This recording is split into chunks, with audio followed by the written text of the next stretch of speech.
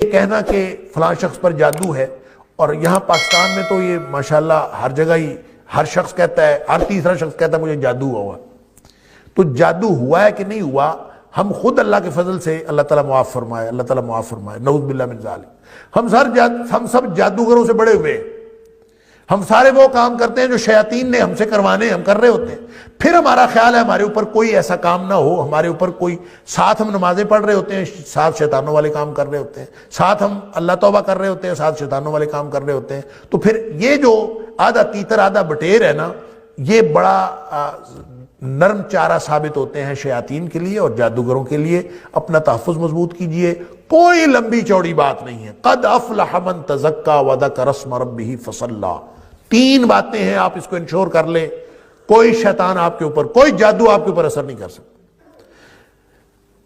من تزکا وذکر اسم ربہ فصلی، ایک ہے پاکیزگی، عقیدہ پاک ہو، کپڑے پاک ہوں، ظاہری باطنی پاکیزگی حاصل ہو، آدمی گھر کے کپڑے پاک ہوں، گھر کے بچے بھی پاک ہوں، گھر کے سارے افراد پاک ہوں، گھر کے قالین پاک ہوں، گھر کے صوفے کی چادریں پاک ہوں، پردے بھی پاک ہوں، ہر چیز گھر میں پاک ہو۔ آپ اپنی ذاتی باطنی صفائی سے لے کر اپنے ارد گرد کے سارے ماحول کی صفائی اور طہارت تک اس کو انشور کریں، یہ ایک شرط ہے، نمبر 1۔ دوسری شرط یہ ہے کہ آپ نماز پڑھتے ہوں، گھر میں ایک بھی بے نماز ہوگا تو پورے گھر پہ اس کے نوست پڑے گی، گھر کے سارے لوگ نمازی ہوں۔ اور تیسری چیز ہے اللہ کا ذکر، اللہ کا ذکر پھر جتنا مرضی کرتے جائیں، اس کی کم از کم مقدار یہ ہے جو نمازوں کے بعد نبی کریم صلی اللہ علیہ وسلم نے ضروری اذکار بتائے ہیں وہ کیے جائیں، جو صبح و شام کے اذکار نبی کریم صلی اللہ علیہ وسلم نے فجر اور مغرب کے بتائے وہ اذکار کیے جائیں، جو سوتے وقت کے اذکار ہیں وہ کیے جائیں۔ یہ ضروری اذکار کوئی شخص کرتا ہے اور نماز پڑھتا ہے، پاکیزگی کا خیال رکھتا ہے، جن شیطان وہاں کیسے آ سکتا ہے؟ آپ اگر ہر نماز کے بعد سورہ فاتحہ، آیت الکرسی اور معوذتین پڑھ کے اپنے آپ کو دم کریں تو شیطان قریب بھی نہیں آ سکتا آپ کے، آپ پورا تحفظ اور پروٹیکشن میں، اللہ کی حفاظت میں۔ لہذا جادو کوئی بھی جتنا مرضی طاقتور ہو، اللہ کے قرآن سے زیادہ طاقتور چیز دنیا کائنات میں اور کوئی نہیں۔ جو اللہ کے قرآن سے علاج کرتا ہے، جو اللہ کے قرآن سے اپنا تحفظ کرتا ہے، جو اللہ کے قرآن کے ذریعے سے اپنی پروٹیکشن لیتا ہے، اس کو یہ کچھ نہیں بگاڑ سکتے ساری دنیا کے شیاطین مل کے بھی، چاہے وہ جادو کے ذریعے مسلط ہوئے ہوں، چاہے وہ اپنے شوق سے مسلط ہوئے ہوں، چاہے بدتر ہے کی بات یہ کہ وہ کوئی اشارہ ہو، جادو کا کوئی سائن ہو یا کسی اس طرح کی کوئی چیز، جی یہ ایک بالکل الگ بات ہے۔ اس کا تعلق اس سائن کی وجہ سے آپ کی پروٹیکشن کے ساتھ نہیں ہے۔ اچھا، سائن ایک ہو سکتا ہے کہ آپ کو کوئی وارننگ دی گئی ہو اور کسی طرح سے ایسا ہو، لیکن پروٹیکشن کی ادروائز بھی ضرورت ہے انسان کو، اس کو پروٹیکشن ویسے ہی لیتے رہنا چاہیے۔ اور جو صبح و شام کے اذکار ہیں یہ پروٹیکشن ہے، موقع وقت دعائیں ہیں یہ، اور جو ویسے آپ رقیہ وغیرہ کرتے رہتے ہیں، یہ سارا یہ اپنے آپ کو اللہ کی پروٹیکشن میں دیتے رہنا چاہیے، آپ کو سائن نظر آئے چاہے نہ نظر آئے۔ لہٰذا اس کو آپ سائن سمجھیں گے تو بھی وہی حکم دیا گیا ہے کہ نماز پڑھیں اور تعوذ کریں، اور اپنے آپ کو اللہ تعالیٰ کو ایسے استعاذے جو ہیں جو اللہ تعالیٰ کی پناہ میں دینے کی، وہ اس طرح کی دعائیں پڑھیں تو آپ اپنے آپ کو اللہ کی پناہ میں دیں۔ زبردست۔ شیخ یہ بتائیے گا کہ کسی کو کوئی ڈریم آیا ہے تو وہ کس کے پاس انٹرپریٹ کروانے جائے، وہ اوصاف کیا ہیں اس انسان کے؟ جیسے ابھی آپ بیان فرما رہے تھے پروگرام سے پہلے کہ اچھے انسان کے پاس جایا جائے، نیک خیر خواہ، جو وہ انٹرپریٹیشن کر دیں عین ممکن ہے وہی ہو، تو ایسا ہے کچھ؟ اصل میں نا دیکھیں نبی کریم صلی اللہ علیہ وسلم فرمایا جو خواب ہوتا ہے نا، علی رجل طائر، یہ ایسے ہے جیسے پرندے کے پاؤں پر ہوتا ہے۔ اچھا، پرندے کے پاؤں پر ہوتا ہے، اس کا کیا مطلب ہے؟ اس کی 2 انٹرپریٹیشنز محدثین نے کی ہیں۔ ایک تو ہے جیسے پرندے نے پاؤں میں پتھر پکڑا ہوا ہو، جی، اور جو ہی آپ نے تعبیر کر دی جیسے پتھر گر گیا، اور جب تک وہ پتھر نہیں گرا تو وہ کہیں بھی گر سکتا ہے، اس کی کوئی بھی تعبیر ہو سکتی ہے۔ صحیح، اس لیے بڑی سینسٹیو بات ہے، بالکل ٹھیک۔ اور دوسری اس کی انٹرپریٹیشن یہ ہے کہ جیسے پرندہ اڑ رہا ہے تو وہ کسی بھی جگہ بیٹھ سکتا ہے، صحیح، تو جہاں اس کے پاؤں پڑ گئے پھر وہ پڑ گئے۔ لہٰذا خواب تعبیر سے پہلے، یعنی دیکھنے کے بعد اور تعبیر سے پہلے وہ لٹک رہا ہوتا ہے، اس کی کوئی بھی تعبیر ہو سکتی ہے، اور اس کی تعبیر کروانے کے لیے آپ نے فرمایا کہ کسی نیک آدمی کے پاس عالم، ناصح، لبیب اور حبیب، اس طرح کے الفاظ آئے. اچھا. لبیب کہتے ہیں عقل مند آدمی کو، حبیب کہتے ہیں جس کے ساتھ آپ کی محبت ہو، خیر اور خواہ. ناصح خیر خواہ ہوتا ہے، اور عالم جس کے پاس علم ہوتا ہے. زبردست. یہ وہ اصطلاحات ہیں کہ ایسے شخص کے پاس اس سے جو بات سمجھ آتی ہے، اس کو ہم کنکلوڈ یوں کر سکتے ہیں کہ ایسے شخص کے پاس جا کے تعبیر کروانی چاہیے جس سے آپ کو یہ پتہ ہو کہ یہ آپ کی خیر خواہی کرے گا. جب وہ خیر خواہی کرے گا تو وہ تعبیر اچھی کرے گا. جی. جب وہ اچھی تعبیر کرے گا تو وہ جو پرندے بیٹھنے والی بات ہے وہ پھر کسی اچھی جگہ بیٹھ جائے گا، تعبیر اس کے مطابق خواب ہو جائے گا.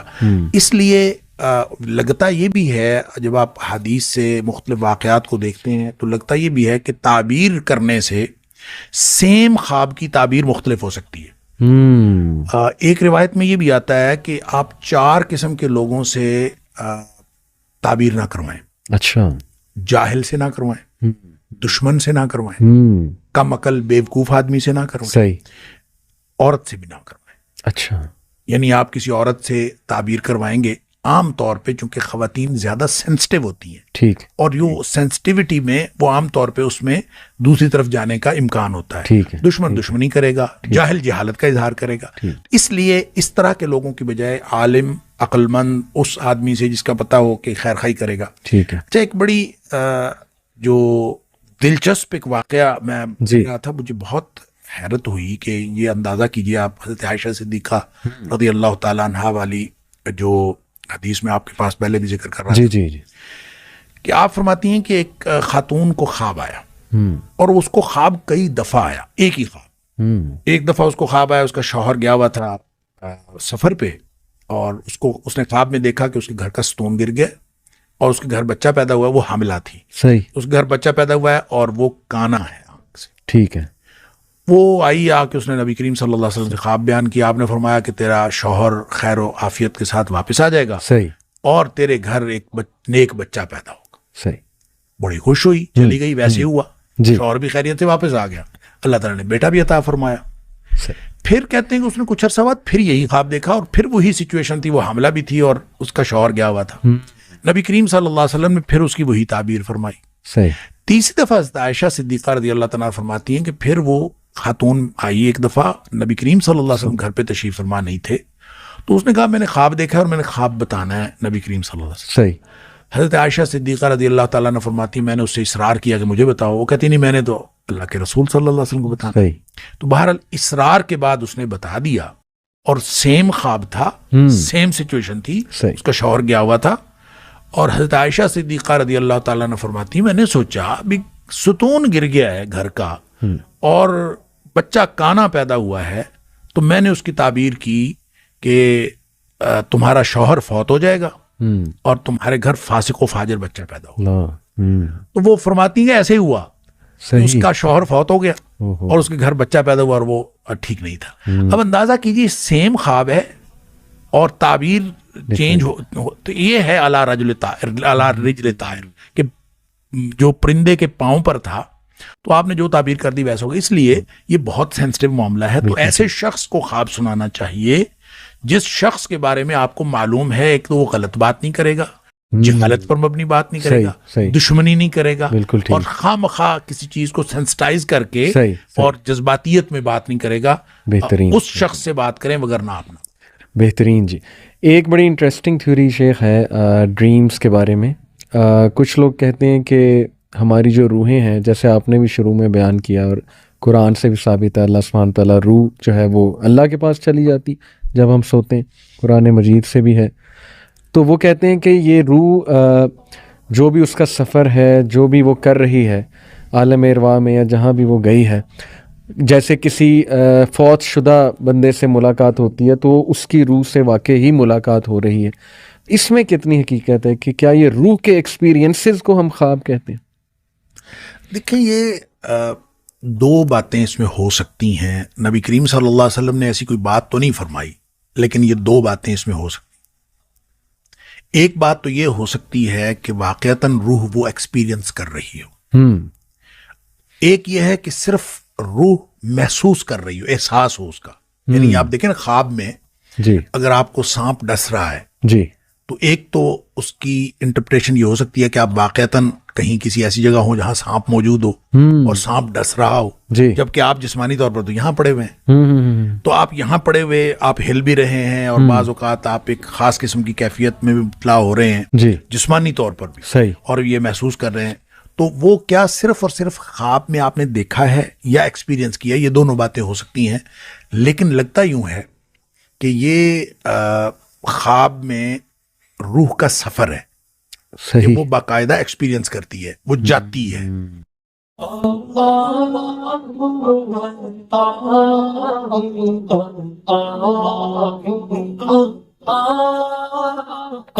Allah